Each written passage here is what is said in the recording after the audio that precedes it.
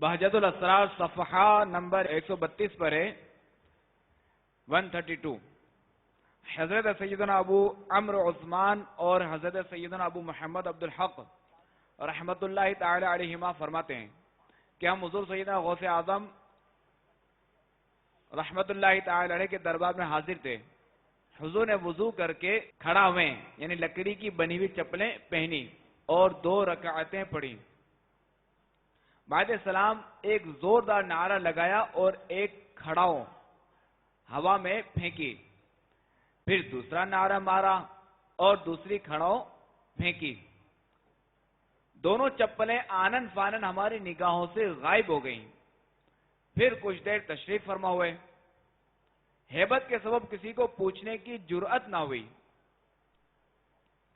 کچھ دن کے بعد عجم سے ایک قافلہ حاضر بارگاہ ہوا اور کہا ان معنا للشیخ نظرہ، یعنی ہمارے پاس حضور کی ایک نظر ہے. ہم نے حضور غوث پاک رحمت اللہ تعالی علیہ سے اس نظر کے لینے میں اذن طلب کیا. حضور غوث پاک رحمت اللہ تعالی علیہ نے فرمایا لے لو. تاجروں نے 1 من ریشم، کچھ کپڑے کے تھان، سونا اور حضور غوث پاک رحمت اللہ تعالی علیہ کی وہ چپلیں جو اس روز ہوا میں پھینکی تھی پیش کی. ہم نے حیرت سے پوچھا یہ چپلیں تمہارے پاس کہاں سے آئیں؟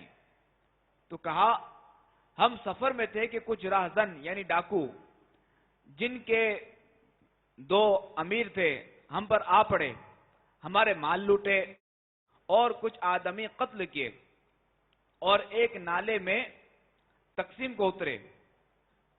ہم نے آپس میں کہا بہتر ہو کہ اس وقت ہم حضور غوث اعظم رحمت اللہ تعالی علیہ کو یاد کریں اور نجات پانے پر حضور رحمت اللہ تعالی علیہ کے لیے کچھ مال نظر مانے.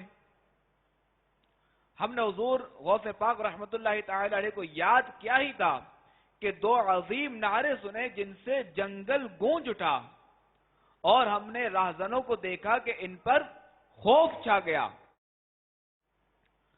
ہم سمجھے کہ ان پر کوئی اور ڈاکو آ پڑے.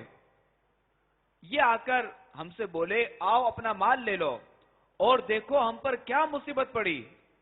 ہمیں اپنے دونوں سرداروں کے پاس لے گئے. ہم نے دیکھا وہ مرے پڑے ہیں اور ایک کے پاس ایک چپل پانی سے بھیگی رکھی ہے. پھر ڈاکوؤں نے ہمارا سارا مال لوٹا دیا.